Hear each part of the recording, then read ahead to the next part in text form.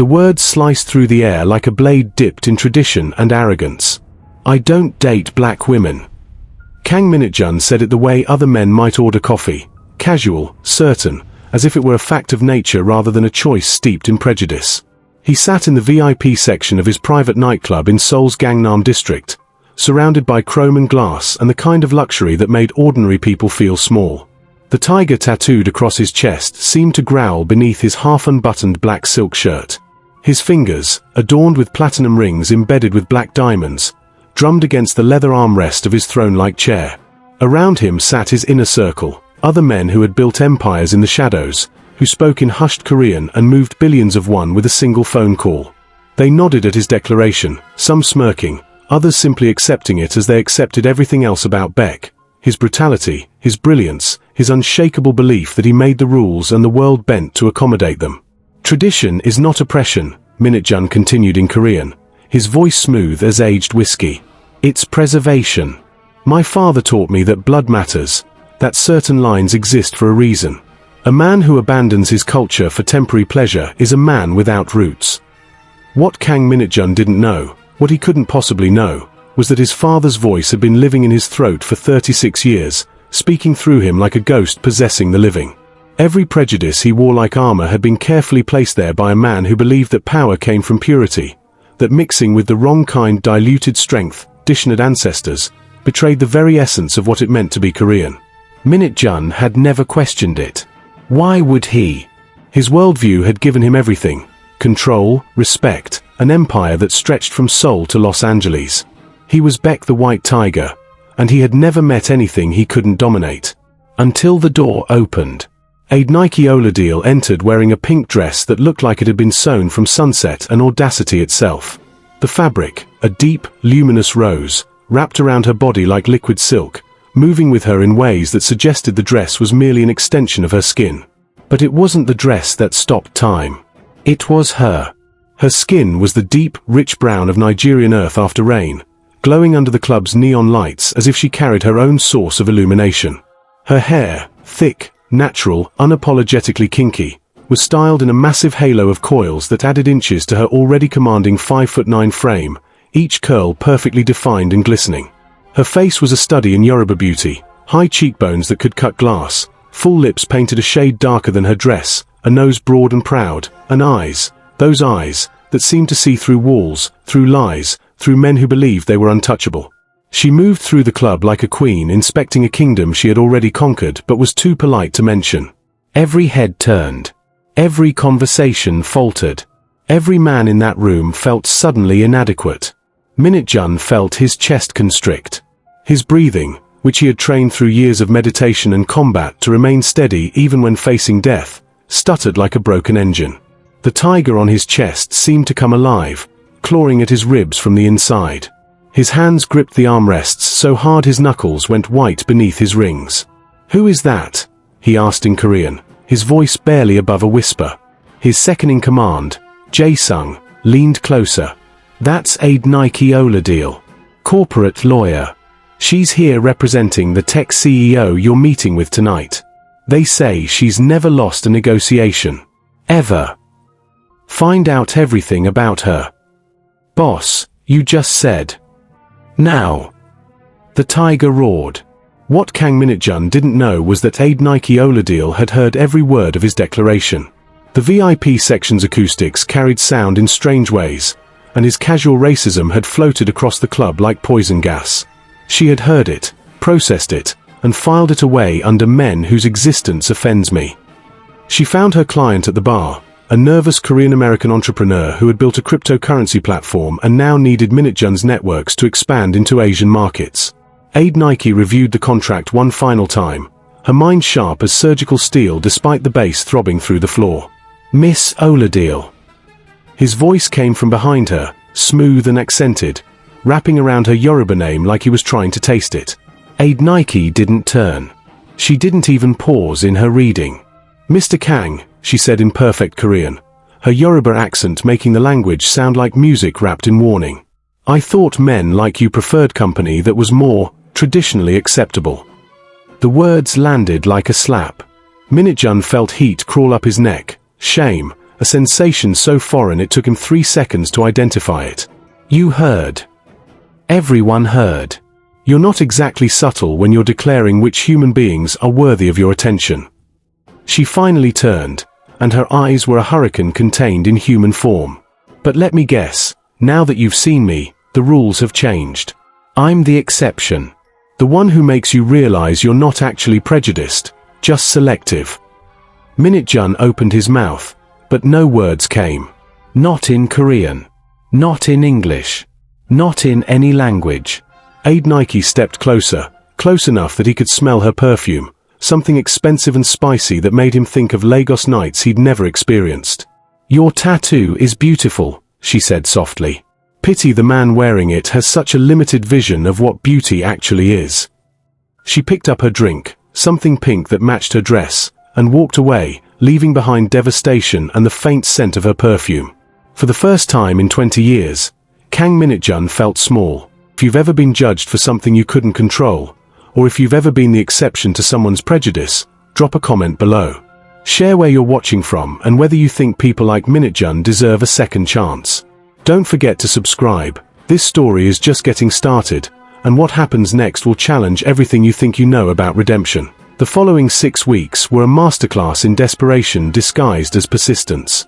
Kang Minute-jun sent flowers, rare Nigerian orchids he had flown in from Lagos at a cost that could have fed a village for a year. Nike returned them with a note written in Yoruba, Oko ra iwa. Money cannot buy character. He sent invitations to exclusive restaurants where reservations required 6 months of waiting and connections that could move mountains. She ignored every single one, sometimes not even bothering to open the envelopes. He offered to invest in her law firm, to make her the wealthiest attorney in Seoul. She laughed in his face and said in English, her Nigerian accent thick with contempt, I don't sell myself, Mr. Kang. Not even to tigers who suddenly remember that black women exist. His associates watched in stunned silence as their boss unraveled. The white tiger, who had once ordered a man's death with less emotion than most people showed choosing lunch, now spent hours staring at his phone, waiting for a text that would never come. He made mistakes in negotiations, small ones at first, then larger, more dangerous errors that made his enemies circle like sharks smelling blood. Boss, you need to let this go, Jae-sung said one night, watching Minute-jun drink expensive whiskey like it was water. She's just a woman. The look Minute-jun gave him could have melted steel. She's not just anything. That's the problem. What Kang Minute-jun still didn't understand was that his obsession had nothing to do with love. Not yet. It was about control, about the fact that for the first time in his adult life, someone had looked at his power, his wealth, his carefully constructed empire, and declared it all worthless. Nike Oladipo had rejected not just him but everything he believed made him valuable. And Kang Minute-jun could not tolerate that. But he also couldn't stop thinking about her. The way her hair moved when she walked. The intelligence in her eyes. The way she spoke Korean better than some of his own men. The pride in her posture that suggested she had never, not once in her life, apologized for existing. Meanwhile, Nike was fighting her own war. She told herself she felt nothing but contempt for the arrogant Mafia boss who thought he could buy his way into her good graces. She told herself that his persistence was annoying, pathetic, proof that rich men were all the same regardless of nationality. She told herself these things while secretly keeping every letter he sent, while noticing that his gifts became less extravagant and more personal. A book by Chimamanda Ngozi Adichie with passages highlighted that suggested he'd actually read it, a recording of Yoruba folk songs he'd somehow discovered she loved, a donation made in her name to a school for girls in Lagos. She told herself she felt nothing while her heart betrayed her with every traitorous beat. Then everything changed. A rival syndicate, Russian mobsters who had been trying to muscle into Minute-jun's territory for months, discovered Adonike's connection to him. They didn't care that there was no real relationship. They only cared about leverage. They fabricated evidence linking her to money laundering, planted documents suggesting she was facilitating Minute-jun's illegal operations through her law firm. Within 48 hours, Adonike's immaculate career was in ruins.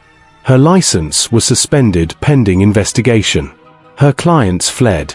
Everything she had built since leaving Nigeria to study at Seoul National University was crumbling like sand in her fingers. She appeared at Minute-jun's office at 3 in the morning, her armor completely shattered. The pink dress was gone, replaced by jeans and a simple shirt. Her glorious hair was tied back, and her eyes, those proud, fierce eyes, were red from crying.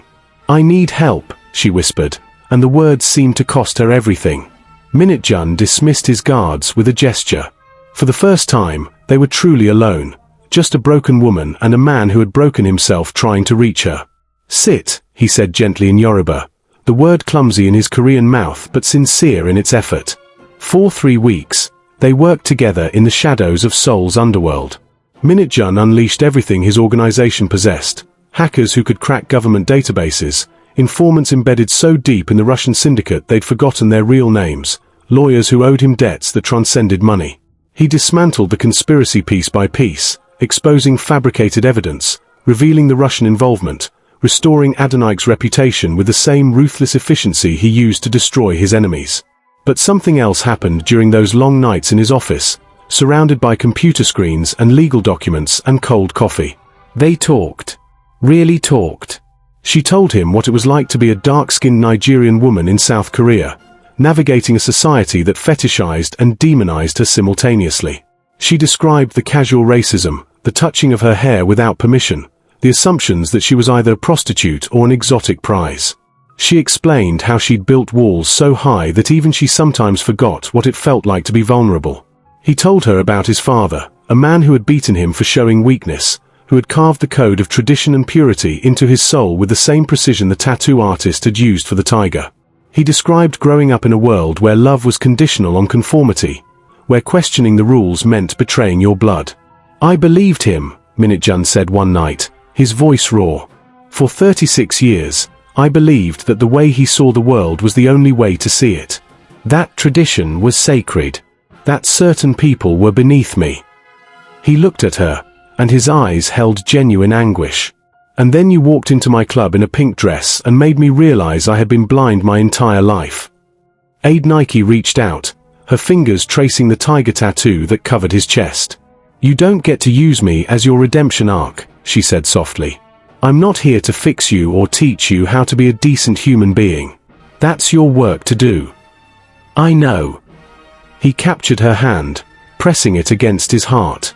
"But you made me want to do that work. And that's more than anyone has accomplished in 4 decades.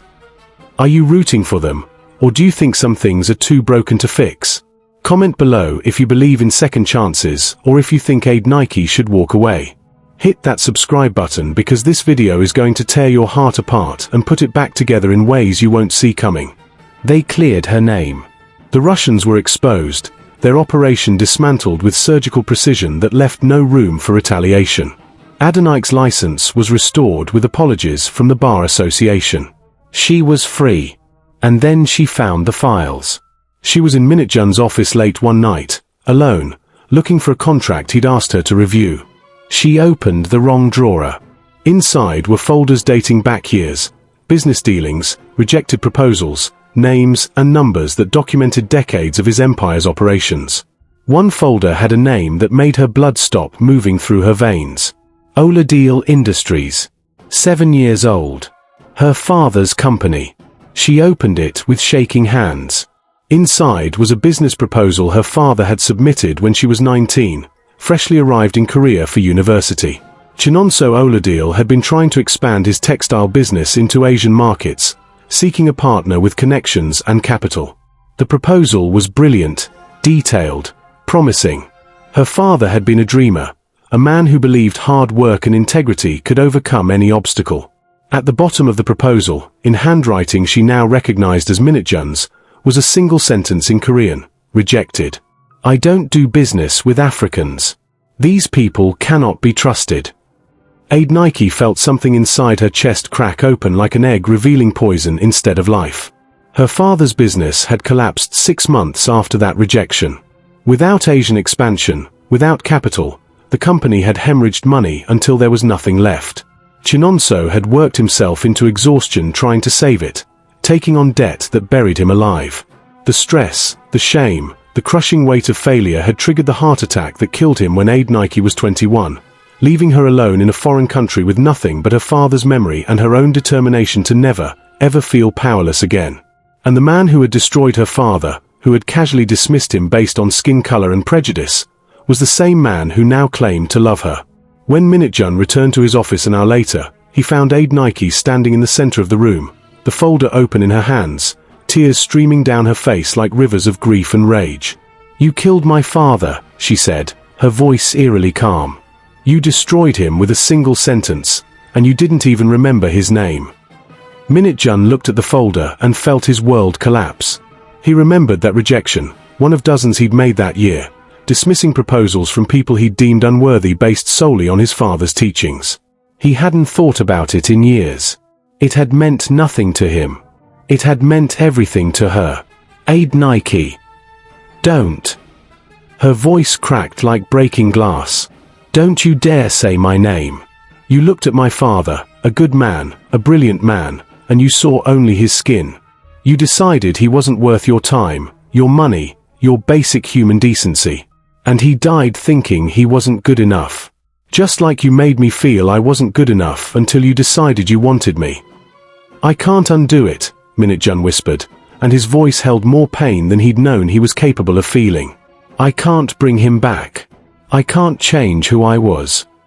"No. You can't." She grabbed her bag, the pink dress from that first night visible inside, a reminder of before, when she hadn't known the depth of his sins. "And I can't forgive this. Some things are too broken, Minute-jun. Some damage is permanent." She walked out of his life, leaving him alone with the ghost of a man he'd killed without even knowing it. 6 months passed like a wound that refused to heal. Minute-jun didn't send flowers. He didn't call. He understood, finally, that some debts couldn't be paid, that some forgiveness was asking too much. Instead, he began the real work of change. He tracked down every business proposal he'd ever rejected based on prejudice, and there were dozens, spanning years, affecting lives he'd never considered. He provided capital, connections, apologies that came too late but came nonetheless.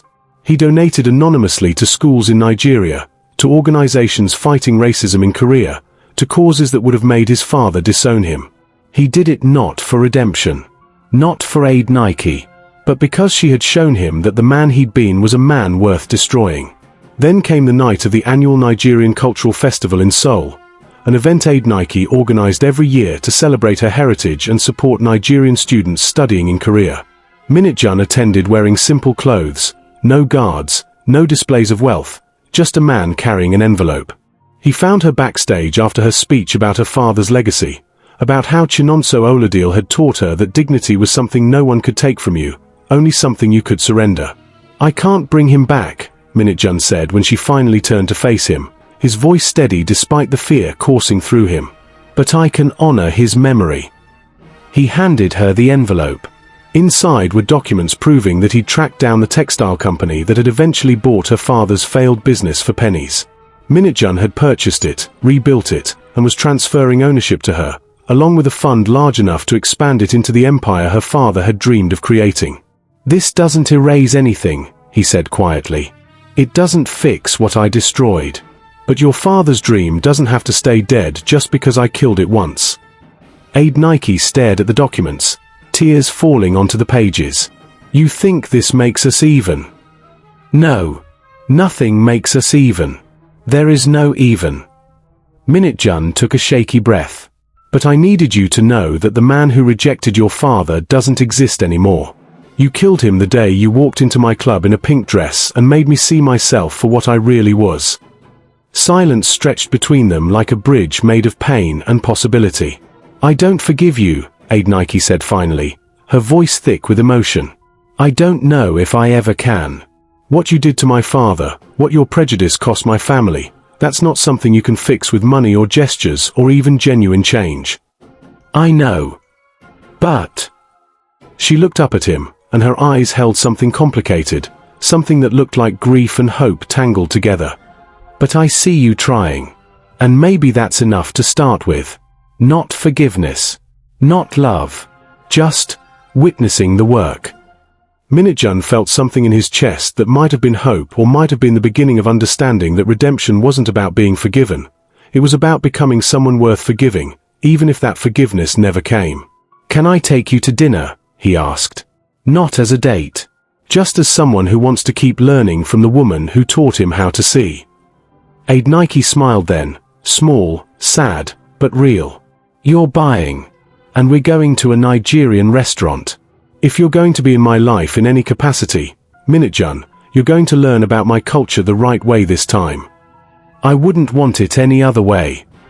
They walked out of the venue together, not holding hands, not as lovers, but as two people beginning the long, uncertain journey of figuring out if some broken things could be rebuilt into something new. Not the same as before, but perhaps something that honored both the damage and the healing. If this story moved you, take a moment to reflect. Can people truly change? Should victims of prejudice be expected to educate or forgive those who hurt them? What does real accountability look like? Drop your thoughts in the comments below. And if you believe in stories that don't offer easy answers but ask hard questions, smash that subscribe button. Because the truth about redemption is that it's not a destination. It's a journey that lasts a lifetime, walked one painful, honest step at a time.